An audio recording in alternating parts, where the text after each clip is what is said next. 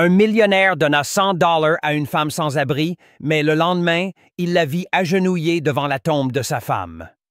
Jack Hayes avait perdu son épouse il y a 23 ans, et avec elle, la joie de vivre. Chaque semaine, il visitait sa tombe en silence, jusqu'à cet après-midi pluvieux où il vit une jeune femme sans abri tenant un bébé, trempée et frissonnante. Poussé par l'instinct, Jack lui tendit 100 dollars. Mais le lendemain, quelque chose de choquant se produisit. Cette même femme était agenouillée devant la tombe de sa femme, les larmes aux yeux. Qui était-elle? Quel était son lien avec Emily, l'amour de sa vie? Ce que Jack découvrit ensuite allait rouvrir des décennies de secrets et le mener à une vérité qu'il n'avait jamais imaginée. Restez jusqu'à la fin, vous ne croirez pas comment cette histoire se déroule.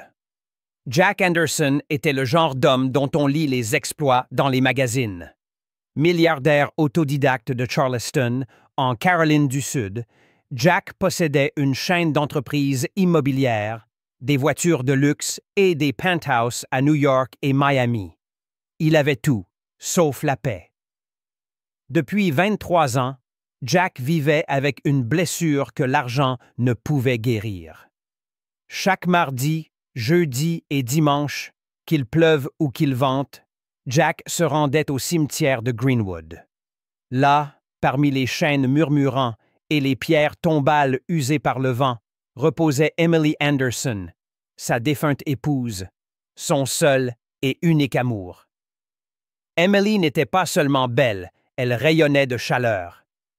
Elle avait le genre de sourire qui pouvait arrêter une tempête et un rire qui faisait sourire les inconnus.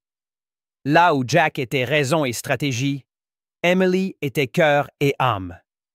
Elle illuminait sa vie jusqu'à ce qu'une maladie inattendue l'emporte.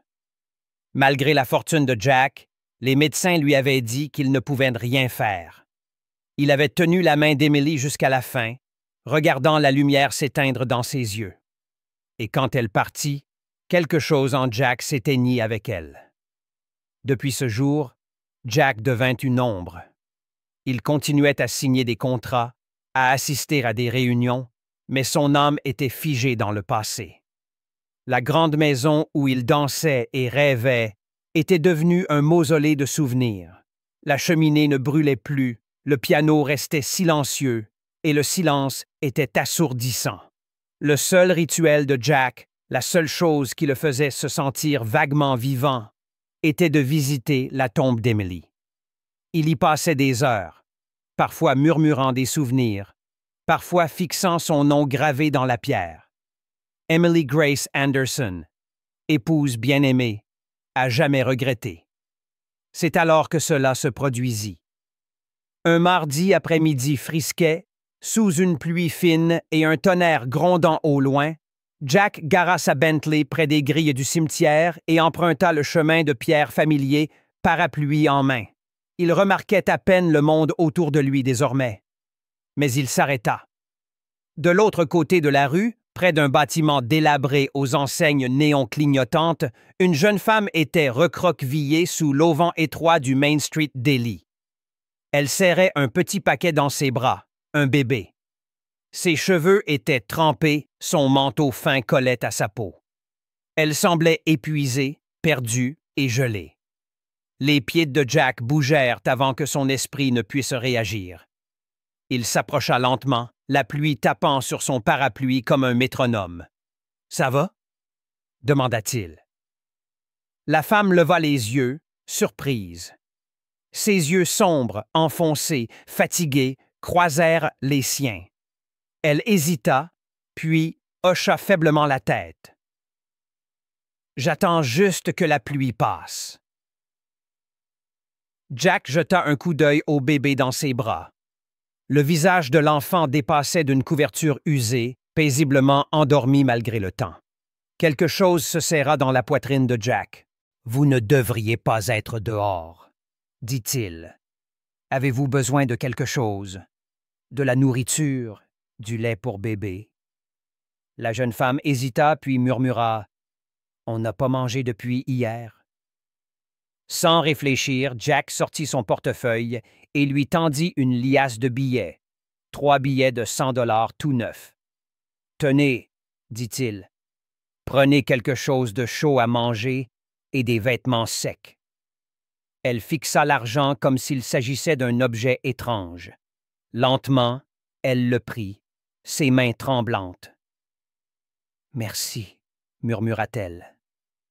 Jack hocha la tête, mal à l'aise. Il voulait demander son nom, comprendre pourquoi elle était là, dans le froid, avec un bébé, mais quelque chose dans ses yeux l'arrêta. Une douleur trop grande pour une conversation sur un trottoir. Il tourna les talons pour partir, mais s'arrêta. « Comment vous appelez-vous? »« Grace, » répondit-elle doucement. « Grace Mitchell. »« Enchanté, Grace. Je m'appelle Jack. » Puis il s'éloigna. Mais cette nuit-là, Jack ne put dormir. L'image de Grace et du bébé le hantait. Ses yeux creux, ses cheveux trempés, la manière dont elle tenait cet enfant comme s'il était son monde entier. Quelque chose en elle lui semblait familier. Le lendemain, Jack retourna au cimetière de Greenwood. Les nuages étaient toujours là, et le vent portait l'odeur de la terre humide et des pins. Il franchit les grilles, le cœur lourd comme d'habitude, et se dirigea vers la tombe d'Emily. Et là, elle était. Agenouillée devant la pierre tombale d'Emily, Grace, tenant son bébé, murmurant à la tombe. Jack se figea. Son sang se glaça. Pourquoi était-elle ici? Comment connaissait-elle Emily? Sa respiration se bloqua dans sa gorge alors qu'il s'approchait lentement. Grace ne le remarqua pas tout de suite. Elle était perdue dans ses pensées, ses lèvres bougeant en murmures doux. La scène semblait intime, trop intime. Enfin, Jack parla. « Que faites-vous ici? » Grace se retourna, surprise. Ses yeux s'écarquillèrent lorsqu'elle le reconnut. Des larmes montèrent. « Je ne voulais pas vous déranger, » murmura-t-elle.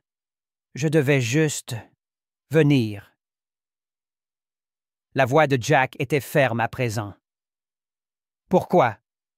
Connaissiez-vous ma femme? » Elle baissa les yeux vers le bébé dans ses bras, puis les releva vers lui.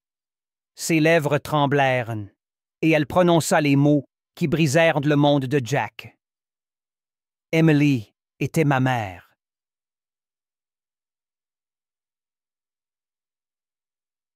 Question posée dans le texte. Que feriez-vous si quelqu'un prétendait être l'enfant secret de votre conjoint décédé? Pensez-vous que Grace dit la vérité, ou y a-t-il autre chose en jeu? Si cette histoire a touché votre cœur, laissez un like et un cœur dans les commentaires.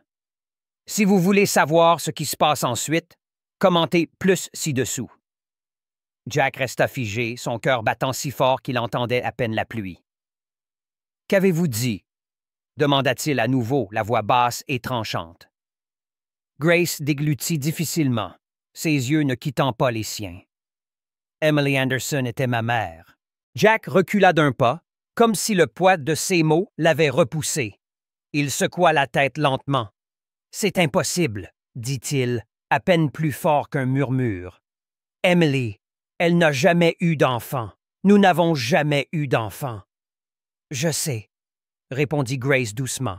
« Je ne l'ai découvert moi-même qu'il y a quelques semaines. » Jack la fixa, son esprit s'emballant. Était-ce une arnaque tordue? Une coïncidence? Mais ses yeux, ils ne contenaient aucune malice, seulement de la douleur. La même douleur qu'il voyait dans le miroir chaque jour depuis 23 ans.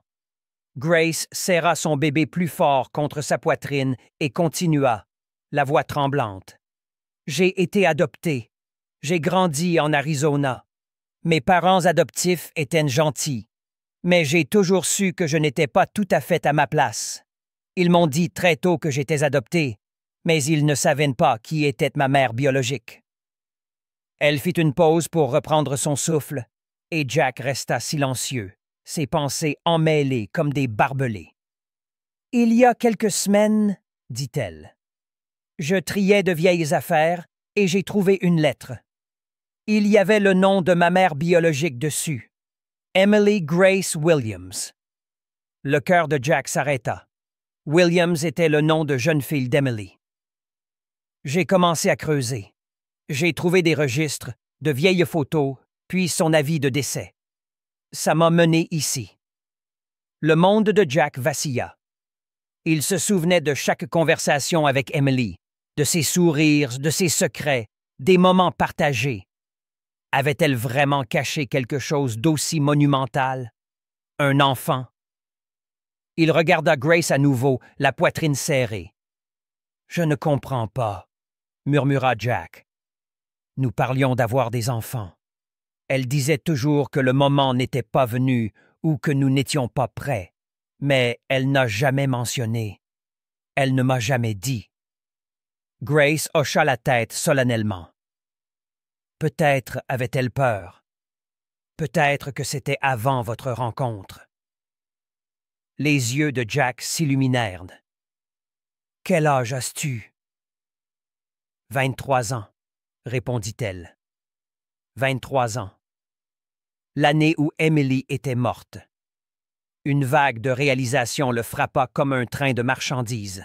« Elle était enceinte avant notre mariage, » murmura-t-il. « Et elle ne m'a jamais rien dit. » La pluie s'intensifia, reflétant la tempête dans sa poitrine. Grace se leva lentement, tenant toujours son fils. « Je ne suis pas venue pour causer des problèmes, » dit-elle doucement.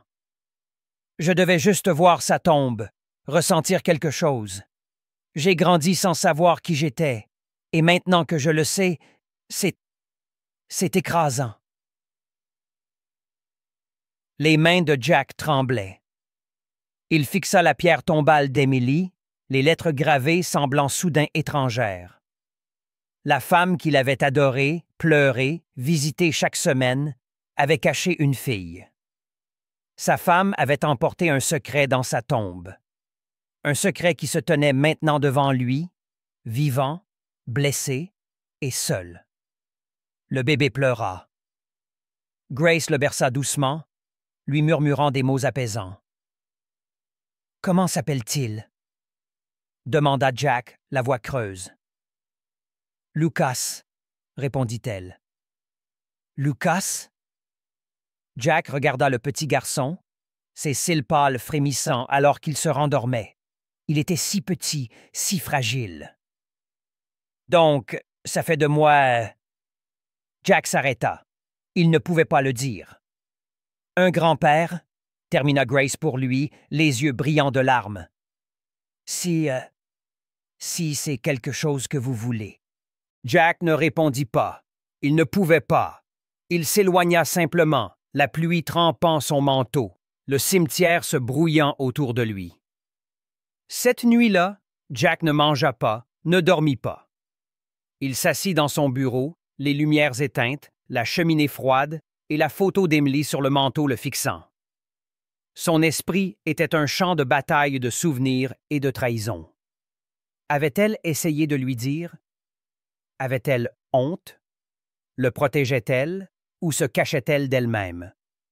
Jack ouvrit un tiroir de son bureau et en sortit une boîte en cuir. À l'intérieur, des lettres, de vieilles lettres qu'Emily lui avait écrites au fil des ans. Des notes d'amour, des listes de courses, des cartes d'anniversaire. Il les lut une par une, cherchant un indice, n'importe quoi. Mais elles étaient pleines d'amour, vides de vérité. Le lendemain matin, Jack se rendit au bureau des archives. Il demanda des certificats de naissance, des documents d'adoption, tout ce qui pourrait lier Emily Williams à Grace Mitchell. Et il le trouva. Une simple feuille de papier jauni, un certificat de naissance d'un hôpital de Nashville, daté d'il y a 23 ans. Mère, Emily Williams. Père, inconnu. Fille, Grace. Jack s'effondra dans une chaise, serrant le papier comme s'il risquait de s'enflammer. C'était réel. Tout était réel. Sa femme avait eu une fille avant leur mariage, et cette fille se tenait maintenant devant sa vie, vivante, blessé et seul. 3 jours plus tard, Jack retourna au cimetière. Grace y était à nouveau. Cette fois, elle leva les yeux lorsqu'il s'approcha. « Pourquoi ne m'a-t-elle rien dit? » demanda Jack, la douleur brute dans la voix. Grace secoua la tête. « Je ne sais pas. » Le silence s'étira entre eux, mais il n'était plus glacial comme auparavant. Il était pensif, lourd. « Elle aimait profondément, » dit Jack, presque pour lui-même. Peut-être pensait-elle qu'elle me protégeait, ou qu'elle se protégeait. Il se tourna devant Grace Mitchell. « Je ne sais pas quel type de relation vous cherchez, ou ce que vous attendez de moi, mais je veux apprendre à vous connaître, à le connaître. » Il jeta un coup d'œil à Lucas qui babillait dans ses bras. Grace cligna des yeux pour retenir ses larmes. « J'aimerais ça. »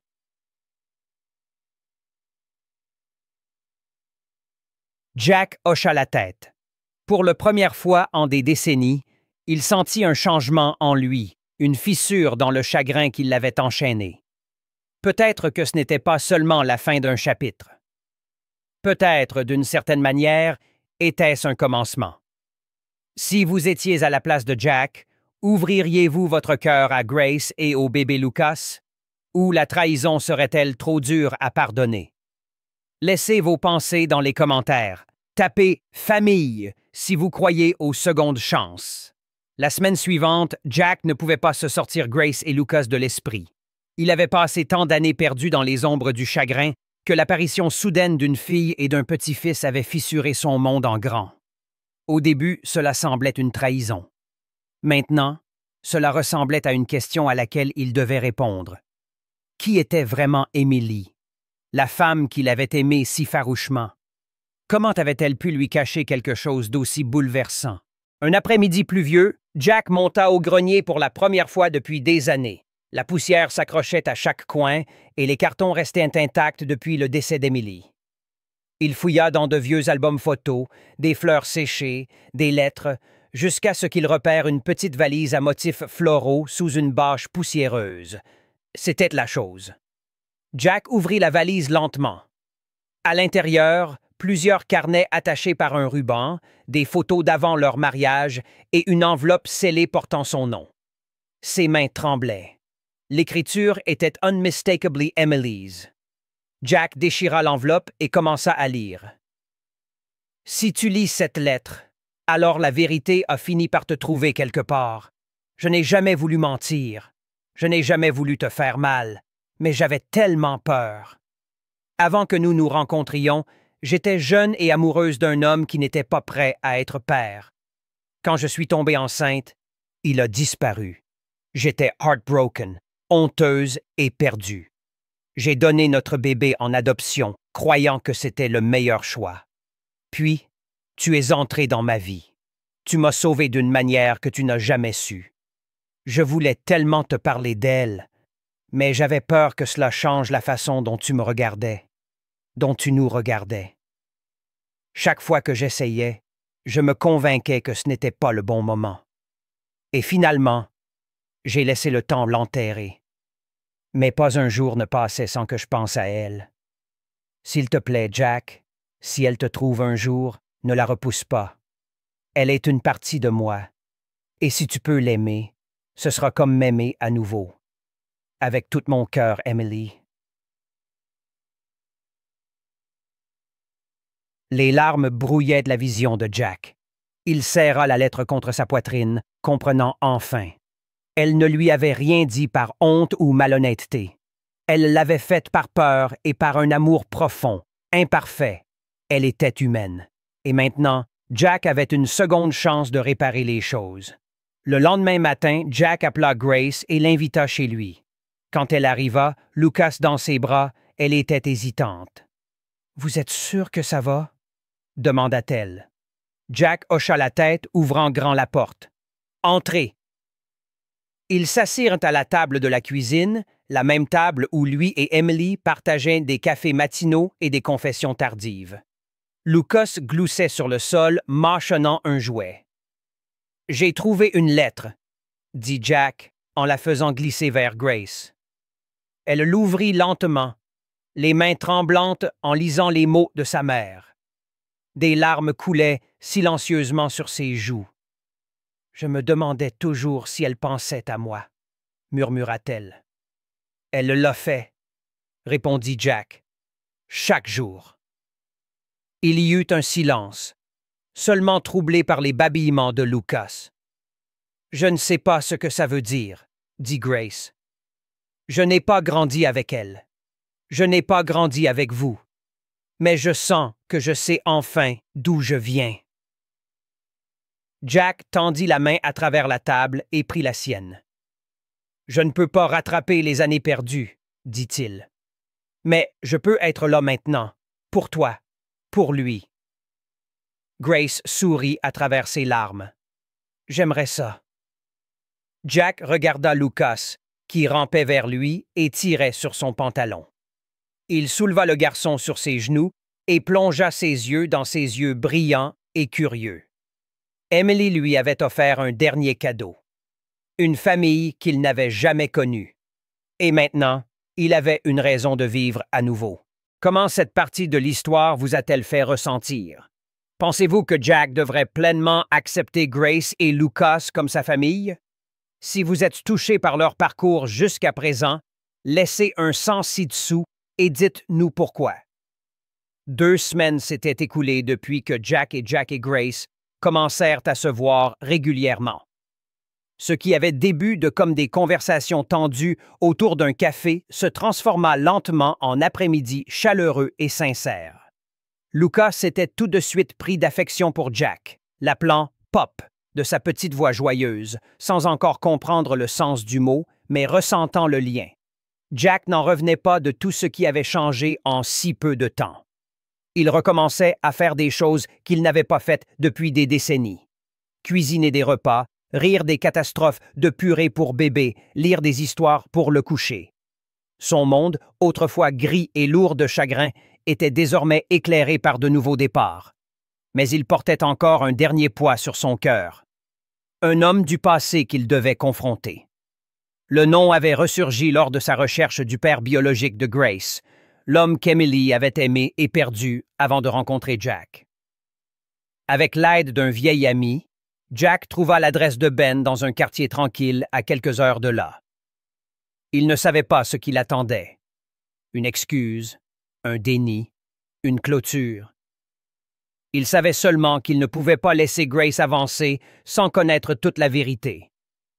Ben ouvrit à dos la porta, arborant la même confusion que Jack lorsqu'il avait rencontré Grace pour la première fois. « Jack Hayes, » dit-il, surpris. « Ça fait quoi, 30 ans? »« Au moins, » répondit Jack. « Je peux entrer? C'est à propos d'Emily. » Ce nom. Le visage de Ben se figea. À l'intérieur, autour d'un thé et d'un silence trop lourd à supporter, Jack révéla tout. La lettre d'Emily à Jack, l'existence de Grace et le fait qu'elle avait grandi sans connaître aucun de ses parents. Ben s'assit là, stupéfait. « Je n'avais aucune idée, » dit-il enfin, la voix creuse. « Emily ne m'a jamais rien dit. On était jeunes, stupides. Quand j'ai quitté la ville, je ne me suis jamais retourné. Je n'ai pas pensé... » Il s'arrêta, étouffé par l'émotion. « Je n'ai pas pensé que j'avais laissé quelque chose derrière. »« Eh bien, » répondit Jack, « tu l'as faite. Elle s'appelle Grace, et elle a un petit garçon nommé Lucas. » Ben hocha lentement la tête, les larmes aux yeux. « Veulent-ils quelque chose de moi? »« Ils n'attendent rien, » dit Jack. « Mais peut-être qu'ils méritent quelque chose. Tu ne peux pas défaire le passé, mais tu peux te montrer maintenant. » Ben s'appuya en arrière, fixant le plafond. Pour la première fois depuis des années, il sentit quelque chose remuer en lui. Regret, culpabilité et peut-être de l'espoir. Grace était nerveuse lorsque Jack lui dit que Ben voulait la rencontrer. « Je ne sais pas si je peux, » avoua-t-elle. « Tu n'es pas obligé, » répondit Jack doucement. « Mais si tu es curieuse, si tu veux l'entendre de sa bouche, lui, je serai là avec toi. » Grace baissa les yeux sur Lucas, qui jouait avec son collier. Elle regarda dans les yeux de son fils et prit une décision, non seulement pour elle-même, mais pour l'avenir du petit garçon qui méritait de savoir d'où il venait. « Je vais le rencontrer, » dit-elle. Ils se rencontrèrent dans un parc local sous les premières fleurs du printemps. L'air sentait l'herbe et les secondes chances. Ben arriva avec un bouquet de fleurs sauvages, maladroitement tenu et froissé par le trajet. Grace se tenait là, Lucas sur la hanche, incertaine de ce à quoi s'attendre. « Je ne sais pas quoi dire, » admit Ben. « J'aimerais pouvoir remonter le temps, mais je ne peux pas. Je peux seulement dire que je suis désolé, et si vous me le permettez, j'aimerais apprendre à vous connaître. Vous deux. » Grace était silencieuse. Lucas tendit la main vers les fleurs. Elle sourit légèrement. « Je ne sais pas ce qui vient ensuite, » dit-elle, « mais je suis prête à le découvrir. » Ils s'assirent sur le banc. Jack observait de loin, le cœur plein, les yeux embués. Ce n'était pas une fin parfaite. C'était réel, honnête, et peut-être le début de quelque chose de mieux. La maison de Jack avait changé. Le vieux silence avait été remplacé par des rires, des jouets sur le sol et des bavoirs tachés de spaghettis. Jack avait transformé la chambre d'amis en nursery pour les visites de Grace et Lucas, et il venait souvent. Ben passait aussi, lentement, apprenant à être grand-père Ben, faisant des pancakes et poussant une balançoire. Jack avait appris quelque chose de puissant. L'amour n'a pas besoin de commencer au début. Parfois, il vous trouve au milieu, quand vous vous y attendez le moins. Un soir, Jack se tenait dans l'embrasure de la porte, regardant Grace lire une histoire à Lucas pour le coucher. Le petit garçon s'accrochait à ses mots, et à ce moment-là, Jack ressentit la présence d'Emily dans la pièce. Non pas comme un spectre de chagrin, mais comme un murmure de paix. Il s'approcha, embrassa un baiser sur le front de Lucas. « Bonne nuit, champion. » Lucas sourit. « Nuit, nuit, Pop. » Alors que Grace remontait la couverture, Jack saisit sa main. « Merci, » murmura-t-il. Elle le regarda, perplexe. « Pourquoi? » « Pour me laisser faire partie de ton monde, pour me donner une raison de sourire à nouveau. » Grace sourit. « Je pense que maman aurait voulu ça. » Jack hocha la tête. « Je pense qu'elle serait fière. » Ils restèrent silencieux un moment, deux générations reliées par une femme qu'ils aimaient tous les deux, et par un lien plus fort que le sang. Le pardon, l'acceptation et le courage de recommencer. Cette histoire a-t-elle touché quelque chose en vous? Si vous croyez aux secondes chances et au pouvoir de l'amour, laissez un 100 dans les commentaires et dites-nous quelle partie vous a le plus ému. Partageons ces histoires émouvantes.